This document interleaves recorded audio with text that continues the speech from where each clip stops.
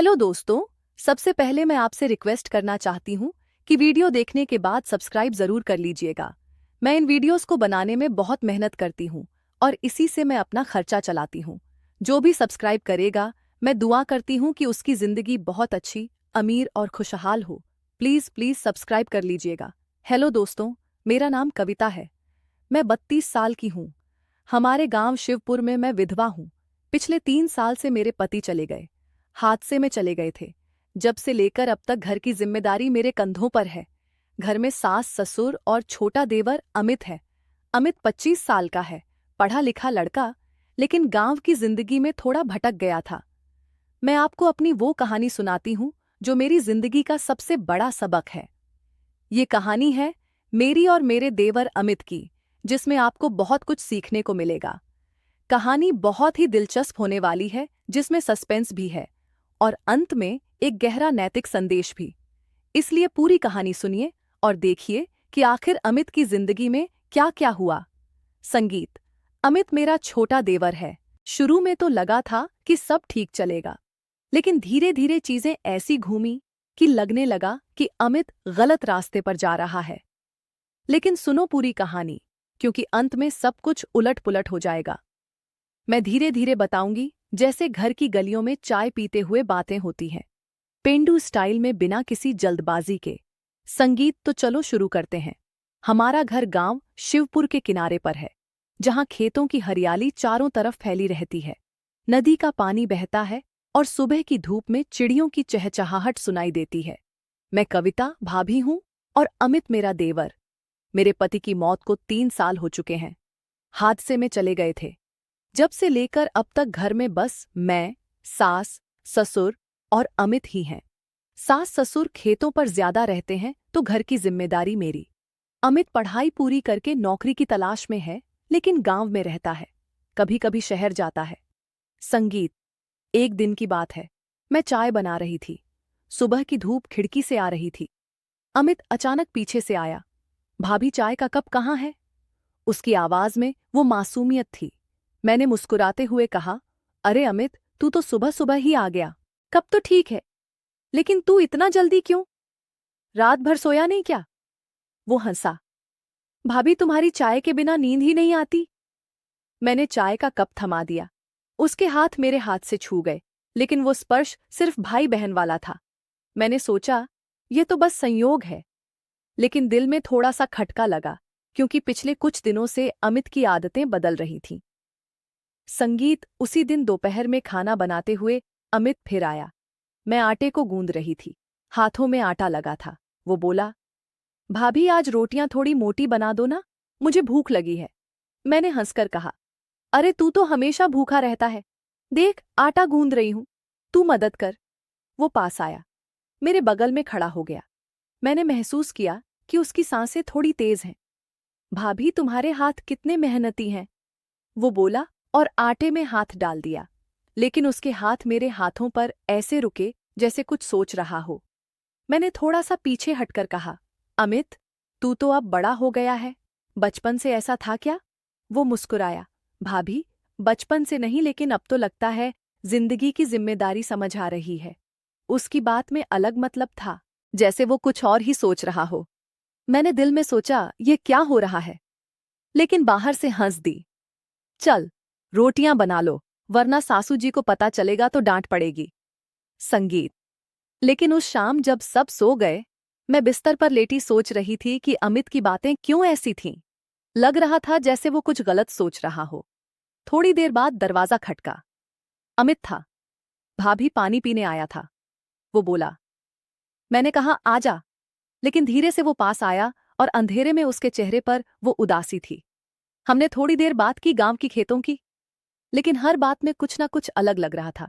जैसे जब मैंने कहा, अमित, तू शहर जाकर नौकरी कर ले, यहां तो बोरियत हो जाती है, तो वो बोला, कभी नहीं भाभी, शहर में क्या मिलेगा, यहां तो तुम हो ना, जो हर रोज सही रास्ता दिखाती हो। मैंने हंस दी, लेकिन दिल में डर लगा कि यह बातें कहां तक जाएंगी। संगीत। अगले दिन सुबह मैं कपड़े धो रही थी नाले के पास। गांव का नाला साफ सुथरा है, लेकिन पानी ठंडा था। अमित खेत से लौट रहा था। मुझे देखा तो रुक गया। भाभी, ये क्या कर रही हो? मैं मदद करूं? वो बोला। मैंने कहा, नहीं अमित, तू थक गया होगा, जा आराम कर। लेकिन वो नहीं माना। पास आ बैठा। उसके हाथ पानी में डुबोए कपड़े निचोड़ने लगे। कभी कभी उसके हाथ मेरे हाथ के पास से गुजरते। भाभी, तुम्हारी मेहनत देखकर दिल खुश हो जाता है, वो बोला। मैंने कहा, बातें मत बना, काम कर। लेकिन उसकी आंखों में वह उदासी थी जो कह रही थी कि कुछ तो गड़बड़ है। संगीत। दोपहर को घर लौटे तो सास जी खेत चली गई। घर में बस हम दोनों। मैं चाय बना रही थी। अमित पीछे से आया और बोला, भाभी, तुम थक गई हो लगती हो। मैंने कहा, हटाओ ना। लेकिन वो हाथ बढ़ाया और बोला, भाभी, दर्द हो रहा है क्या, मैं मल दूं? अलग बात साफ थी, लेकिन मैंने हटकर कहा, नहीं, मैं ठीक हूं, तू अपना काम देख। लेकिन उस रात जब मैं सो रही थी, सपने में अमित आया और लगा जैसे वह कुछ गलत कर रहा हो।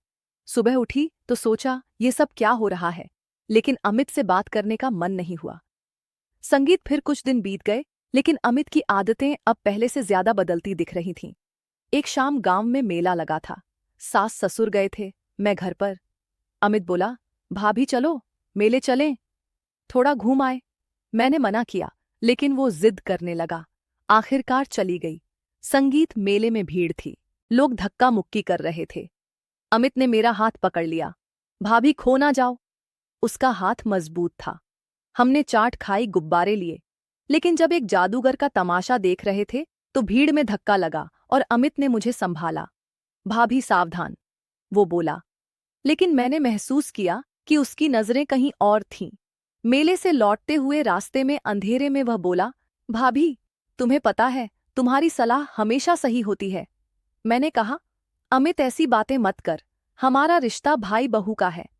लेकिन वो हंसा। रिश्ता तो रिश्ता है, लेकिन जिम्मेदारी तो जिम्मेदारी है भाभी। संगीत। घर पहुंचकर जब मैं साड़ी बदल रही थी, दरवाजा खटका। अमित था। भाभी, यह मेले का एक छोटा सा तोहफा। वो अंदर आया और मेरे हाथ में एक छोटा सा पुस्तक रख दिया, लेकिन उसके हाथ रुक गए, जैसे कुछ सोच रहा हो। मैंने कहा, धन्यवाद अमित, लेकिन अब सो जा। उस रात मैं बेचैन रही। लग रहा था कि अमित कुछ गलत रास्ते पर जा रहा है। शायद अगले ही दिन लोगों को लगेगा कि अब तो कुछ हो ही जाएगा। लेकिन सुनो आगे। संगीत। दिन बीतते गए और अमित की हरकतें बढ़ती गईं। एक दिन गांव के सरपंच के घर शादी थी। हम सब गए। मैंने सादी सी साड़ी पहनी थी। अमित की नजरें मेरा पीछा कर रही थीं। शादी में नाच गाना हो रहा था, लेकिन अमित अलग कोने में अपने दोस्तों के साथ खड़ा था। मैंने देखा वो कुछ फुसफुसा रहे थे। मैंने पास जाकर कहा, अमित, तू यहाँ क्या कर रहा है? वो बोला, भाभी, बस बातें कर रहा हूं। लेकिन मैं समझ गई कि वो दोस्त अच्छे नहीं थे। शादी से लौटे तो रास्ते में बारिश शुरू हो गई। हम भागे घर की ओर। घर पहुंचकर कपड़े बदलने लगी तो अमित बोला, भाभी, मैं तौलिया लाऊं? वो आया और तौलिया देते हुए बोला, भाभी, तुम्हारी सलाह हमेशा काम आती है। लेकिन उसकी आंखें नीचे थीं। अमित, तू क्या सोच रहा है? मैंने कहा। वह बोला, भाभी, बस मदद। लेकिन तुम्हें देखकर मन करता है कि मैं भी कुछ अच्छा करूं। संगीत। अगले दिन सुबह खेत में काम करते हुए अमित आया। मैं फसल काट रही थी, साड़ी कमर में बांधी हुई। वो बोला, भाभी, ये कांटा लग गया है तुम्हारी साड़ी में। झुककर हटाया, लेकिन मैंने चिल्लाया नहीं। वो मुस्कुराया, सॉरी भाभी, लेकिन तुम्हारी मेहनत देखकर मुझे शर्म आती है। समय बीतता गया और हमारी बातें अब रोज की हो गईं। संगीत। एक दिन गांव में बिजली की लाइनें ठीक हो रही थीं। 2-3 दिन बिजली गुल, रातें अंधेरी। सास ससुर खेत के कमरे में सोते थे तो घर में मैं और अमित। पहली रात मोमबत्ती जलाकर बैठे थे। अमित बोला, भाभी, अंधेरे में भी तुम्हारी सलाह रोशनी देती है। मैंने कहा, चुप रह, बातें मत कर। लेकिन वो पास सरक आया। भाभी, डर लग रहा है क्या? मैं हूं ना। उसका हाथ मेरे कंधे पर रखा, लेकिन मैंने हटकर कहा, अमित, यह गलत है। वो बोला, क्या गलत है भाभी? बस साथ है। हम दूसरी रात फिर वही बातें करते करते वह बोला, भाभी, अगर मैं कहूं कि मैं गलत दोस्तों के साथ घूम रहा हूं? मेरा दिल बैठ गया। अमित, तू पागल हो गया है, मैं तेरी भाभी हूं। लेकिन उसकी आंखें कह रही थीं कि वह रुकेगा नहीं। संगीत। तीसरी रात बिजली आई, लेकिन अमित का इरादा नहीं रुका। सुबह वो उठा और बोला, भाभी, आज शहर चले नौकरी के लिए, तुम भी आ जाना। मैंने हाँ कहा, सोचा शायद दूर जाए तो ठीक हो। शहर गए, लेकिन होटल में एक ही रूम मिला। भाभी कोई बात नहीं, मैं सोफे पर सो जाऊंगा, वो बोला। लेकिन रात में जब मैं सो रही थी, लगा जैसे कोई मेरे पास है। अमित था। भाभी ठंड लग रही है क्या? उसका हाथ मेरी चादर पर। मैं जाग गई। निकल जा अमित। लेकिन वह बोला, भाभी बस थोड़ी देर। लग रहा था कि अब तो गलत रास्ता पकड़ ही जाएगा। संगीत। लेकिन आगे सुनो। शहर से लौटे और अमित अब और बिंदास हो गया। एक दिन घर के आंगन में मैं झाड़ू लगा रही थी। अमित आया। भाभी मैं बांध दूं। उसके हाथ मेरी तरफ बढ़े, लेकिन मैंने झटक दिया। लेकिन वो हंसा। दोपहर को रसोई में अचार बनाते हुए वह पीछे से आया और बोला, भाभी मिर्ची ज्यादा मत डालना, वरना जलन होगी। लेकिन मैंने कहा, तू बाहर जा। शाम को जब सासजी सो रही थीं, अमित ने मुझे बुलाया। भाभी एक बात कहनी है। बाहर खेत के किनारे पर ले गया। भाभी, मैं तुम्हारे बिना सही रास्ता नहीं ढूंढ पा रहा। आज रात मुझे सलाह दो। मेरा मुंह सूख गया। अमित, यह गलत है। लेकिन वह बोला, सलाह सही रास्ता दिखाती है। रात को मैं नींद में थी, लेकिन दरवाजा खुला। अमित आया। भाभी शश, उसने कहा। मैं डर गई, लेकिन चिल्ला नहीं सकी। उसके हाथ मेरी तरफ बढ़े।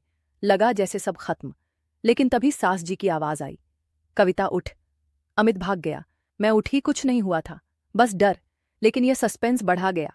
संगीत। दोस्तों, दिन बीतते गए। अमित की कोशिशें गलत रास्ते की जारी। एक दिन गांव में नया कुआं खोदा जा रहा था। मैं पानी भरने गई। अमित भी आया। कुएं के पास फिसलन थी। उसने मुझे संभाला, लेकिन मैंने कहा, सावधान। घर लौटकर वो बोला, भाभी तुम्हारी सलाह मेरी जिंदगी बदल सकती है। फिर एक दिन गांव के मंदिर में पूजा थी। मैं फूल चढ़ा रही थी। अमित पीछे खड़ा। उसके हाथ मेरी तरफ बढ़े, फूल गिर गया कहकर। मंदिर से लौटते हुए रास्ते में वह बोला, भाभी पूजा के बाद मन शांत हो जाता है, लेकिन मेरे मन में बेचैनी है। संगीत। एक शाम घर में कोई नहीं था। सास ससुर मायके गए थे। अमित बोला, भाभी आज रात खाना बाहर खाएं। मैंने हाँ कहा। गांव के ढाबे पर गए, खाना खाया। लौटते हुए अंधेरे रास्ते पर वो मेरे करीब आया। भाभी तुम्हारी सलाह से मैं मदहोश हो जाता हूं। घर पहुंचकर वो बोला, भाभी थक गई हो, मैं मदद कर दूं। मैंने मना किया, लेकिन उसने जोर दिया। कमरे में मैं लेटी। वह बातें करने लगा, हाथ बढ़ाने लगा। अमित बस, मैंने कहा, लेकिन वह बोला, भाभी और आगे सोचो। स्पर्श से मन में हर उठा। लगा जैसे वह गलत रास्ते पर चला जाएगा। रात भर बेचैनी। संगीत। अगले दिन फिर वही, लेकिन मैंने सोचा कि यह रोकना पड़ेगा। लेकिन अमित रुका नहीं। एक दिन खेत में अकेले वो आया और बोला, भाभी मैं गलत दोस्तों के साथ पैसा बनाने की सोच रहा हूं। मैं भागी, लेकिन दिल में कुछ था। धीरे धीरे महीने बीत गए। अमित की नौकरी लग गई शहर में, लेकिन वो गांव आता रहता। हर आने पर वही बातें। एक दिन वो बोला, भाभी मैं शादी कर लूं तो? मैं हैरान, किससे? वो हंसा, जिससे दिल कहे। अलग बात फिर से। संगीत। एक दिन गांव में आग लग गई एक घर में। सब मदद को गए। अमित और मैं भी वहां। एक बच्ची फंसी थी। अमित ने जान जोखिम में डालकर बचाया। मैंने देखा वो कितना बहादुर है। घर लौटकर मैंने कहा, अमित तू कितना अच्छा है। वो बोला, भाभी सब तुम्हारी सलाह के लिए। लेकिन तब मुझे एहसास हुआ कि अमित का मन अभी भी भटक रहा है, लेकिन सच्चाई की तरफ मुड़ सकता है। मैंने फैसला किया, बात करूं। संगीत। अमित की नौकरी लगने के बाद वो हफ्ते में एक आध बार गांव आता था। हर बार जब वह आता, घर में एक अलग सी हलचल होती। सास जी कहती, आ गया हमारा शहरियां। लड़का और मैं चुपचाप रसोई में कुछ नया बनाने लगती। लेकिन अमित की नजरें हमेशा पहले मेरी तरफ जाती। जैसे ही वह घर में घुसता, भाभी आज क्या बनाया है? उसकी आवाज में वह मासूमियत और उलझन का मिश्रण होता। मैं जवाब देती, जो तुझे पसंद है, आलू पराठा और दही। वो मुस्कुराता, भाभी तुम्हें पता है मेरी पसंद। और फिर वह मेरे पास आकर खड़ा हो जाता, जैसे मदद करने का बहाना। संगीत। एक बार की बात है, वह शनिवार को आया। शाम को हवा में नमी थी और मैं आंगन में कपड़े सुखा रही थी। अमित आया, भाभी ये कपड़े मैं टांग दूं। मैंने कहा, नहीं तू थक गया होगा, जा चाय पी। लेकिन वो नहीं माना। पास आया, एक एक कपड़ा उठाकर टांगने लगा। वो बोला, भाभी तुम्हारी मेहनत कितनी अच्छी है। ये वही साबुन है ना जो तुम हमेशा यूज करती हो? मैंने हंसकर कहा, हाँ, लेकिन तू इतना ध्यान क्यों दे रहा है? वो चुप रहा, बस मुस्कुराया। संगीत। उस रात खाने के बाद सास ससुर सो गए। मैं बर्तन मांज रही थी। अमित आया और बोला, भाभी मैं पोंछा लगा दूं? मैंने मना किया, लेकिन वो फिर भी लगाने लगा। मैं झुककर बर्तन धो रही थी, वो पीछे से पोछा लगा रहा था। मैंने कहा, अमित तू जा सो जा। वो बोला, भाभी तुम अकेले काम करोगी तो थक जाओगी, मैं हूं ना। उसकी आवाज में वह गर्माहट थी जो दिल को छू जाती, लेकिन मैंने खुद को संभाला। संगीत। अगले दिन सुबह अमित बोला, भाभी आज खेत चलें। मैंने सोचा है कुछ नया बीज बोएं। मैंने हाँ कर दी। हम दोनों खेत गए। खेत में हल्की धूप थी और हवा में मिट्टी की खुशबू। मैंने साड़ी को कमर में बांध लिया था ताकि काम आसान हो। अमित ने बीज बोना शुरू किया। मैं उसके बगल में खड़ी देख रही थी। वह बोला, भाभी तुम भी हाथ आजमाओ। मैंने हाथ बढ़ाया। वह मेरे हाथ पकड़कर बीज डलवाने लगा। अमित छोड़, मैंने धीरे से कहा। वो हंसा। भाभी बस सिखा रहा हूं। लेकिन उसकी आंखों में वह उलझन थी। खेत से लौटते हुए वह बोला, भाभी तुम्हारे बिना यह खेत सुना लगता है। मैंने कुछ नहीं कहा, बस चुपचाप चलती रही। संगीत। फिर एक हफ्ते बाद वो फिर आया। इस बार वो थोड़ा उदास लग रहा था। मैंने पूछा, क्या हुआ अमित? वो बोला, भाभी ऑफिस में एक दोस्त है। वो मुझे गलत स्कीम में फंसा रहा है, लेकिन मैं कंफ्यूज हूं। मेरा दिल धड़क गया। मैंने कहा, क्यों कंफ्यूज? अच्छा रास्ता है तो सही कर ले। वो मेरी तरफ देखकर बोला, भाभी वो अच्छा नहीं है, लेकिन मेरे दिल में तो वह चुप हो गया। मैं समझ गई। मैंने कहा, अमित जो बीत गया वह बीत गया, तू अपनी जिंदगी देख। वो बोला, भाभी तुम्हें पता है मेरे मन में क्या है? मैंने सख्त आवाज में कहा, अमित ये बातें बंद कर, मैं तेरी भाभी हूं। वो चुप हो गया, लेकिन उसकी आंखें गीली थीं। संगीत। उस रात वो मेरे कमरे के बाहर बैठा रहा। मैंने दरवाजा नहीं खोला, लेकिन सुबह जब उठी तो देखा वो आंगन में झाड़ू लगा रहा है। मैंने कहा, तू सोया नहीं? वो बोला, भाभी तुम्हारी सलाह के बिना नींद नहीं आती। मैं चुप रही। धीरे धीरे उसके आने की फ्रीक्वेंसी बढ़ गई।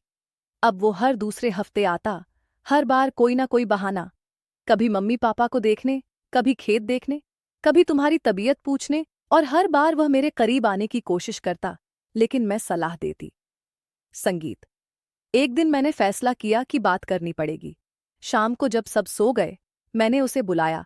बाहर तुलसी के पौधे के पास बैठे। मैंने कहा, अमित सुन, जो तू सोच रहा है वह गलत है। मैं तेरे भैया की विधवा हूं, हमारा रिश्ता पवित्र होना चाहिए। वो बोला, भाभी मैं जानता हूं, लेकिन मन नहीं मानता, मैं खुद को रोक नहीं पाता। मैंने कहा, तू रोकना सीख, तू जवान है, अच्छा रास्ता मिलेगा। वो रो पड़ा। भाभी मैं कोशिश कर रहा हूं, लेकिन जब तुम्हें देखता हूं सब भूल जाता हूं। मैंने उसका हाथ पकड़ा बहन की तरह। अमित तू मेरा छोटा भाई है, मैं तेरे लिए हमेशा हूं, लेकिन सही तरीके से। वो चुप रहा। संगीत। उस रात के बाद उसकी हरकतें थोड़ी कम हो गईं, लेकिन पूरी तरह नहीं रुकी। एक बार गांव में बड़ा मेला लगा। इस बार सास ससुर भी गए, मैं और अमित भी गए। मेले में बहुत भीड़ थी।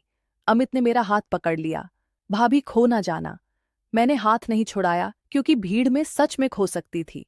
हम घूमे, झूले झूले, जलेबी खाई दी। एक जगह जादूगर था, वो ट्रिक दिखा रहा था। भीड़ में धक्का लगा। अमित ने मुझे संभाला। भाभी सावधान, वह बोला। मैंने कहा सावधान अमित, लेकिन वह हटा नहीं तुरंत। लगा जैसे वह जानबूझकर कर रहा है। मेले से लौटते हुए वह बोला, भाभी आज बहुत मजा आया, तुम्हारी सलाह से सब अच्छा लगता है। मैंने कुछ नहीं कहा।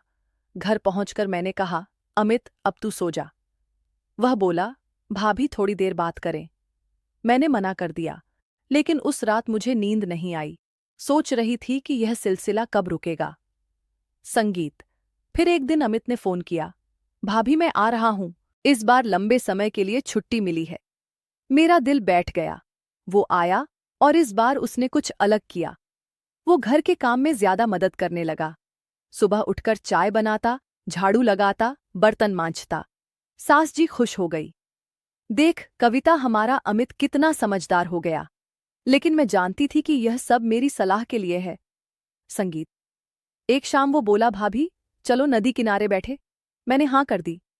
नदी किनारे हम बैठे, पानी बह रहा था। वो बोला, भाभी, मैंने फैसला कर लिया है। मैंने पूछा, क्या? वो बोला, मैं सही रास्ता चुनूंगा, लेकिन पहले तुमसे एक बात कहना चाहता हूं। मेरा दिल तेज धड़का। वो बोला, भाभी, मैं गलत दोस्तों के चक्कर में पड़ गया था, लेकिन अब मैं समझ गया हूं कि यह गलत है। मैं तुम्हें बहन की तरह चाहता हूं, मां की तरह चाहता हूं। तुम मेरी जिंदगी का हिस्सा हो, लेकिन अब मैं आगे बढ़ना चाहता हूं। मेरी आंखों में आंसू आ गए। मैंने कहा, अमित, यह सुनकर बहुत अच्छा लगा। तू सही रास्ते पर है। वो बोला, भाभी, एक आखिरी बार मुझे गले लगा लो। मैंने उसे गले लगाया जैसे बहन छोटे भाई को लगाती है। उसने कहा, धन्यवाद भाभी, अब मैं कभी गलत नहीं सोचूंगा। संगीत। उसके बाद अमित ने एक अच्छी लड़की से बात शुरू की। नाम था रिया, अच्छी फैमिली से पढ़ी लिखी। अमित ने मुझे फोटो दिखाई। मैंने कहा, बहुत प्यारी है। शादी तय हुई। शादी के दिन मैंने खुद रिया को तैयार किया। अमित ने मुझे देखा और कहा, भाभी, आज तुम सबसे सुंदर लग रही हो। मैंने हंसकर कहा, अब तू अपनी बीवी को देख। शादी के बाद अमित शहर चला गया रिया के साथ, लेकिन हर महीने आता और अब उसकी नजरें सिर्फ सम्मान वाली होती। वह कहता, भाभी, तुम्हारे बिना मैं कुछ नहीं, तुम मेरी दीदी हो। संगीत। तो दोस्तों, ये थी मेरी और मेरे देवर अमित की कहानी। इसमें सस्पेंस था कि अमित गलत रास्ते पर चला जाएगा या नहीं, लेकिन परिवार के प्यार और मेरी सलाह ने उसे सही रास्ता दिखाया। सबक यह है कि जीवन में मेहनत, ईमानदारी और परिवार की एकता सबसे बड़ी ताकत है। गलत दोस्तों से दूर रहो और सही मार्गदर्शन को अपनाओ। कहानी आपको कैसी लगी कमेंट करके जरूर बताएं। और अगर आप चैनल पर पहली बार आए हो तो चैनल को सब्सक्राइब कर अपना प्यार जरूर दिखाना। मिलती हूं एक ऐसी नई वीडियो के साथ। तब तक के लिए बाय बाय।